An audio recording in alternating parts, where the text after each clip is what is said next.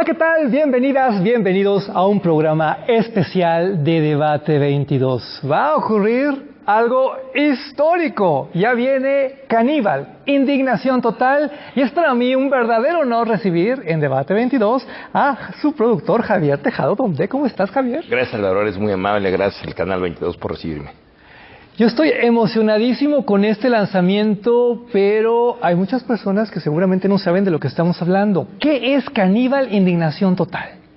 Caníbal es una serie que es, producto de la Suprema Corte de Justicia de la Nación, en la que yo soy el productor ejecutivo, y contamos la historia de quien creemos es uno de los máximos feminicidas seriales de la historia del país, quizás del mundo, una larguísima carrera criminal de más de 3 décadas matando mujeres, más de 3 décadas matando mujeres. Es una historia que se había mantenido oculta, es una historia muy reciente y la podemos sacar ahora porque este feminicida serial acaba de ser sentenciado hace 2 meses. Llevamos ya más de un año investigando el caso, atando cabos, viendo todo lo que sucedió para que este feminicida serial pudiera hacer todo lo que hizo. Tuvimos la sentencia hace un par de meses, acabamos rápidamente de armar el documental y se estrena el lunes de la semana entrante, y esta es mi primera entrevista. Gracias por la exclusiva. ¿Cuántos capítulos son? ¿Cuándo se van a transmitir el 2, 3? Son 5 capítulos, cada capítulo dura media hora, arrancan este lunes a las 11:05 de la noche. Y va a ser lunes, martes, miércoles y viernes, y se puede ver por Justicia TV, que es el canal de la Suprema Corte que está en todos los sistemas de cable. Se puede ver aquí también por el canal 22 y se puede ver por canal 2, Las Estrellas. Es la primera vez que por una serie de esta naturaleza, de motu propio, se unifica la televisión pública y la privada para darle visibilidad a un tema que nos afecta a todos, que es el feminicidio de mujeres y la impunidad. ¿Para quién es esta serie? ¿Quién la debe de ver? La debemos ver todos. Es una serie que te narra a partir de un caso extraordinario la realidad que viven las mujeres en este país, pero que también viven los hombres, que viven los policías, que viven los bomberos, que viven los ministerios públicos. O sea, te va a contar puntos de una tragedia, de una sociedad rota que se ha convertido el país, y que la verdad para darle vuelta a ello se necesitan involucrar todos para cambiar lo que está pasando. No nada más es un tema de autoridades, es un tema también de ciudadanos. Entonces yo creo que la debemos ver todos, de hacer conciencia. Lo que ha hecho la Suprema Corte es una denuncia social de lo que está pasando y de lo mucho que tiene que cambiar. Pero ese cambio nos involucra a todos.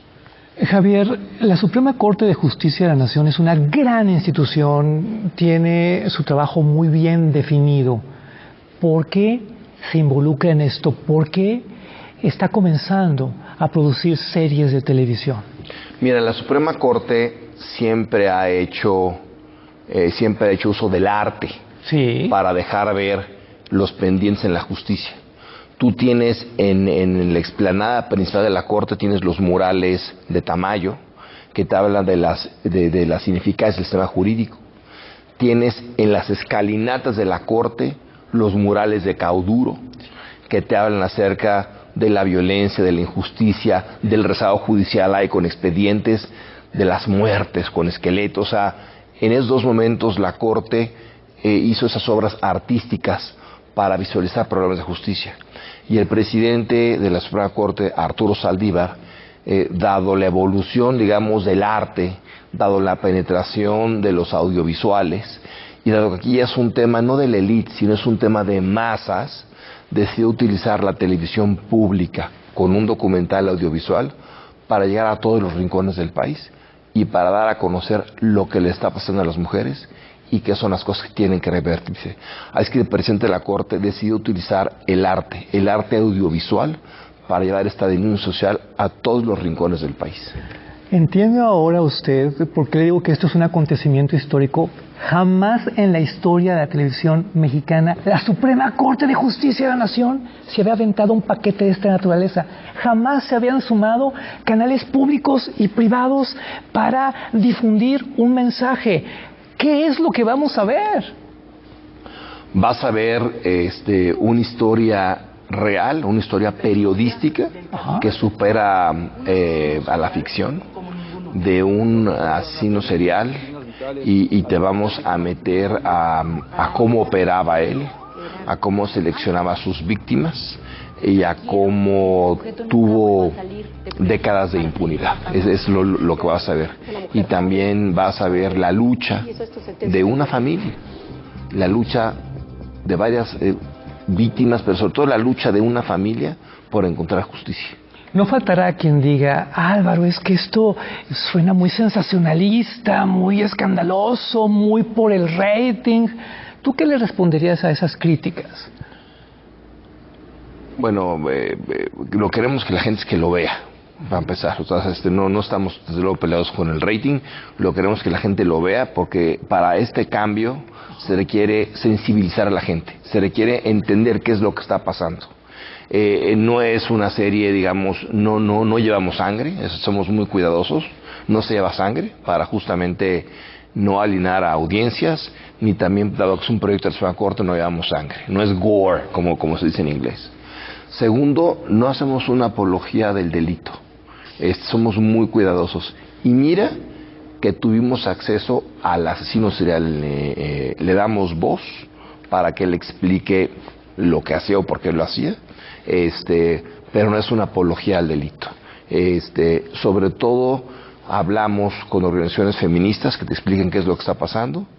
Sobre todo hay una investigación periodística a detalle que te cuenta cómo operó en tanta impunidad durante tanto tiempo, y vamos resolviendo muchos de los temas que se vieron en este caso terrible de este feminicida. Pero esos casos o lo que se repiten en muchos otros feminicidios, incluido el de Devani, que la semana entrante van a tener que volver a exhumar su cuerpo por dudas en los peritajes para buscarle justicia.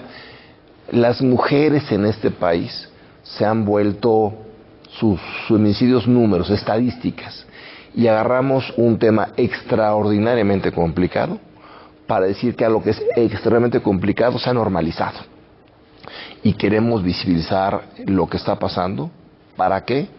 Para que las cosas empiecen a cambiar. Es un granito de arena de muchas cosas que hay que ir haciendo para que cambien. Es una historia que la gente que la ha visto, a la hora que hemos tocado base, desde luego con autoridades para la clasificación de la serie o con grupos colectivos feministas, sí ha recibido una muy buena crítica. Es una denuncia social muy poderosa. Yo lo que te pido es que tú la veas, que la vea la gente, y que empecemos todos a hacer un cambio, porque esto que estamos viendo nos puede pasar a cualquiera, y eso es muy importante, generar un cambio social ya. Generar un cambio social ya. Te voy a hacer una pregunta, pero por favor respóndemela después del corte. Yo creo que sí, hay que ponerla sobre la mesa. ¿Cómo le vas a hacer para no caer en estos ejercicios como de idolatría hacia el delincuente?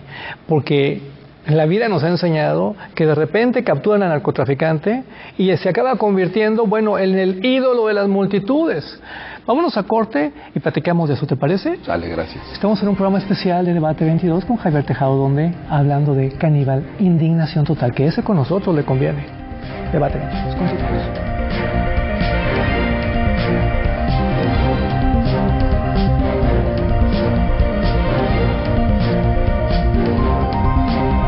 Estamos de regreso con Javier Tejado Donde, hablando de Caníbal, indignación total en este programa especial de Debate 22. La pregunta está en el aire, Javier. ¿Cómo le vamos a hacer para que alguien vea la serie y no le den ganas de matar mujeres? Primero es una investigación periodística muy a fondo. Ajá. Donde nos metimos no solo a los expedientes judiciales, sino que fuimos a las comunidades donde había vivido este señor. Estuvimos revisando expedientes, hablando con víctimas. Yo creo que difícilmente alguien que ve esta serie va a querer hacer apología del delito, alguien va a querer imitarlo, porque lo que te decimos es, al final de cuentas, te va a atrapar alguien, no necesariamente la autoridad, pero alguien te va a atrapar. Entonces sí contamos la historia de cómo la gente, la familia, hace la investigación y acaba deteniendo a esa persona. Pero sí le damos voz a Andrés para que trate de explicar lo que hace o lo que hizo. Y no quiero adelantar nada porque sería negativo para la audiencia, pero yo lo que creo es que no va a generar esto ni por error un efecto de imitación. Es muy cuidadoso el tema como se cuidó periodística y audiovisualmente, y desde luego cuando veas todo lo que sucede no te van a dar ganas de hacer este tipo de cosas. ¿Qué te dijeron los familiares de las víctimas cuando vieron el material? Fue muy difícil que se abrieran, había una profunda desconfianza de las familias de las víctimas con cualquier autoridad. Durante un año habían sufrido pues muchos agravios, ¿no? Muchas revictimizaciones. Primero fue que quisieran hablar, nada más con eso. Para hablar, pues necesitaron ver que éramos serios, que teníamos una investigación periodística de mucho tiempo.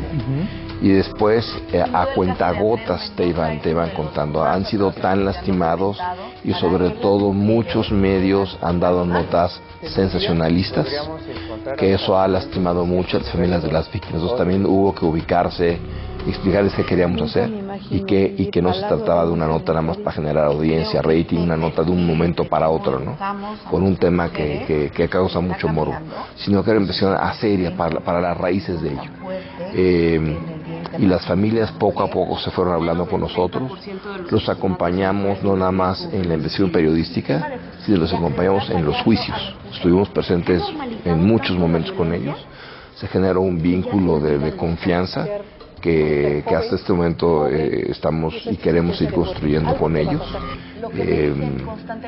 Y sí vieron la serie, particularmente en las partes que los involucran a ellos, y los vieron que eran acorde a lo que habían vivido, ¿no? O sea, sí fuimos súper respetuosos de las víctimas. Pero es que además tengo entendido que es una serie muy crítica. No es como promoción de las autoridades, miren qué buenos somos, miren qué eficiente nuestro sistema. No. Es una serie periodística y es una serie que te va narrando lo que pasó. Hay algunas cosas que quizás no quieran que las autoridades vean, hay algunas cosas que quizás ciertos grupos públicos no quieran que se vean, pero es una historia periodística, es lo que pasó. Y está corroborado todo lo que... no hay cero especulaciones.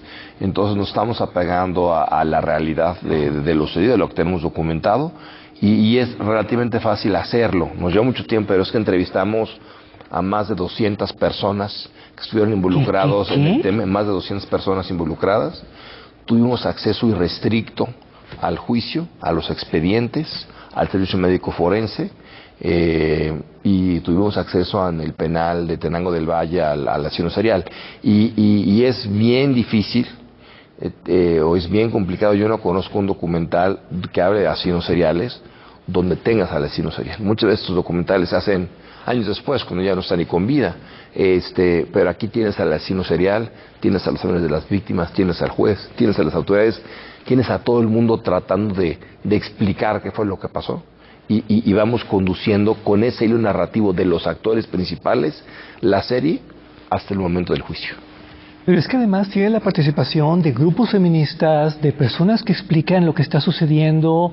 Sí, es un concepto brutal.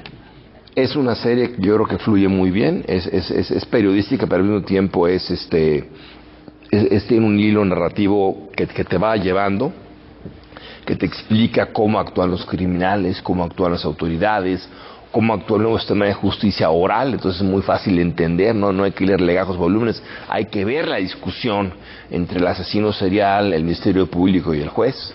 Entonces es un tema verdaderamente fascinante que te va a meter, pues sí, en la cabeza del asesino serial, pero también en la triste realidad que viven muchísimas familias de víctimas en este país, ¿no? Y te vas a dar una inmersión también en los juicios orales en materia penal, pero todo muy muy interesante. En Estados Unidos este concepto se le conoce True Crime, y es la primera serie de True Crime que yo sepa que se hace en México, pero estamos, digamos, al nivel de cualquier serie de Estados Unidos, pero con mucho más elementos periodísticos y digamos oficiales de los que ves tú en cualquier serie en el mundo. Creo que sí es una serie que vale la pena ver por la riqueza audiovisual que tiene y por el mensaje que esperemos que dé. Qué bueno que comenzaste a hablar de esta otra parte, de la parte de la producción.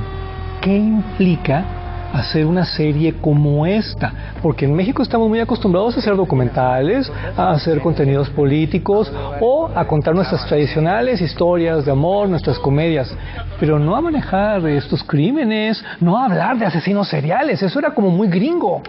Pues mira, para empezar, sí hubo intentos de censura. Cuando empezamos a entrevistar a los policías, a los bomberos, que son los primeros respondientes, sí hubo muchas autoridades que trataron de bloquear el proyecto. De hecho, amenazaron con cárcel a los respondientes y a la producción. Entonces, de entrada, sí hubo actos de intimidación para que esto no se conociera. El apoyo decidido de la Suprema Corte, particularmente de su presidente, ayudó a vencer los primeros obstáculos. Y después el siguiente obstáculo fue vencer el miedo de la gente. Muchísima gente con miedo, contando eso, viven en comunidades, todo el mundo sabe quién es. La gente tiene que romper el miedo para empezar a contar la cosa. No hay denuncias muchas veces porque hay miedo.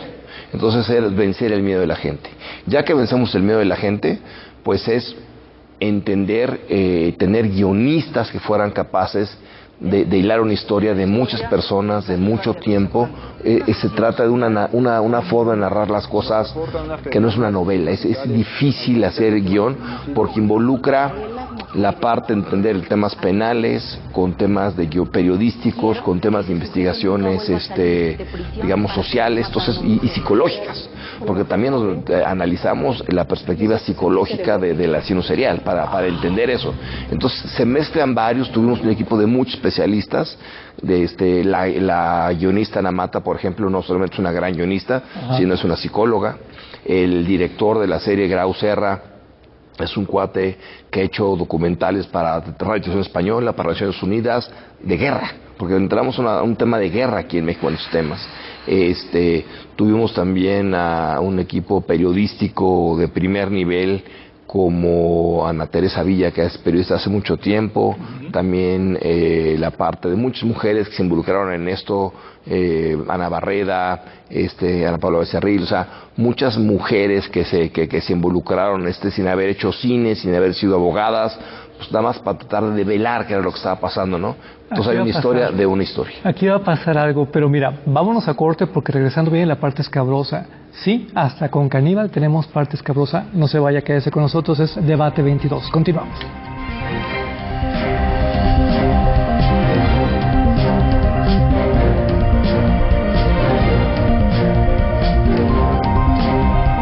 Último bloque de este programa especial sobre Caníbal, Indignación Total, con Javier Tejado, donde, y pues ahora sí, Javier, agárrate fuerte porque yo tengo que representar al público y tristemente somos muchos los que estamos muy decepcionados de la televisión mexicana, porque de repente nuestros presupuestos son chiquititos, de repente nuestras técnicas pues no son las mejores.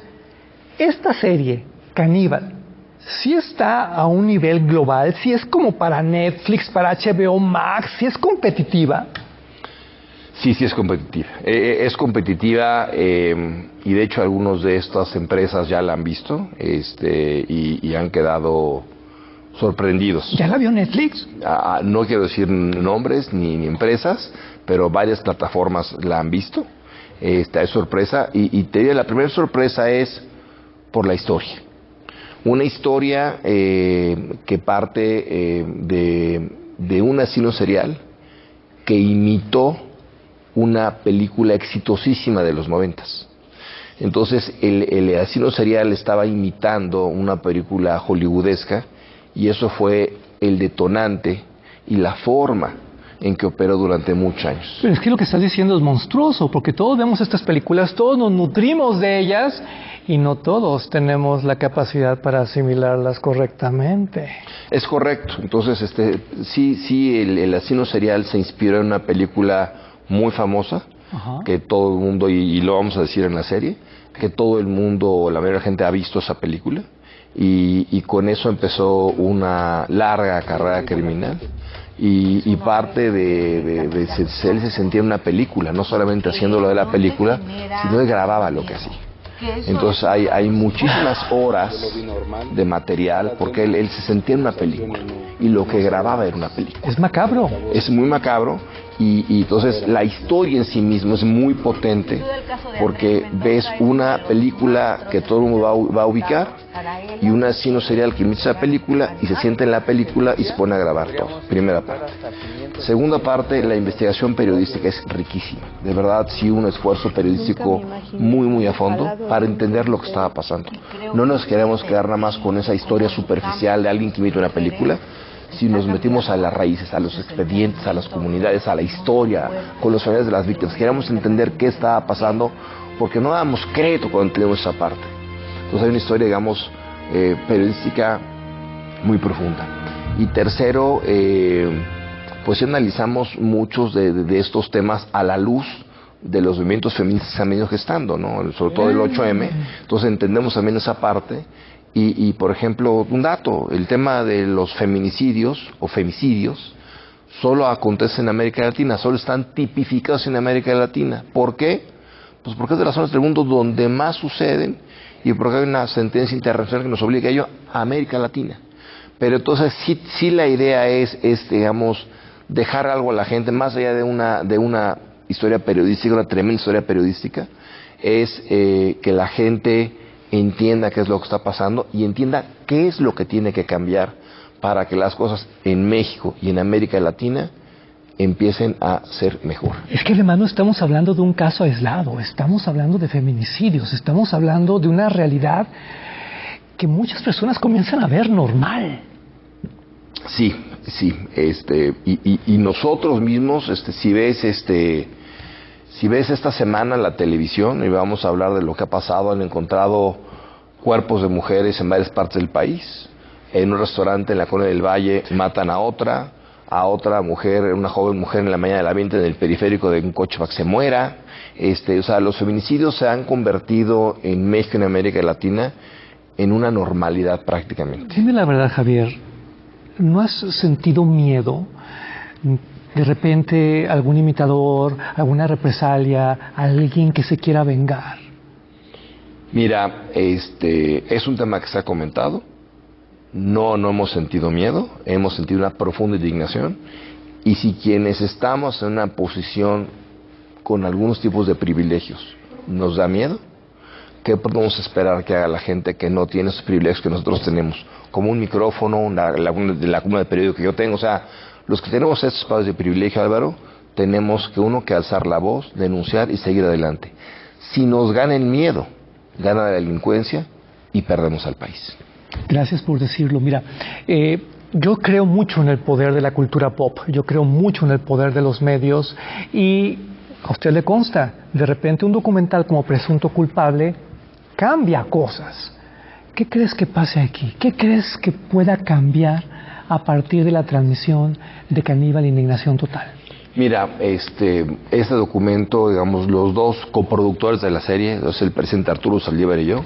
Él es un hombre muy valiente y es un hombre que fíjate, curiosamente, hoy que se anuncia en Estados Unidos el cambio para que las mujeres no puedan decir sobre el derecho de su cuerpo, de sus vidas, él aquí fue de los pilares para dar ese cambio jurídico, contrario a lo que pasó en Estados Unidos. Entonces, él es una persona muy decidida, que quiere hacer muchos cambios de políticas públicas.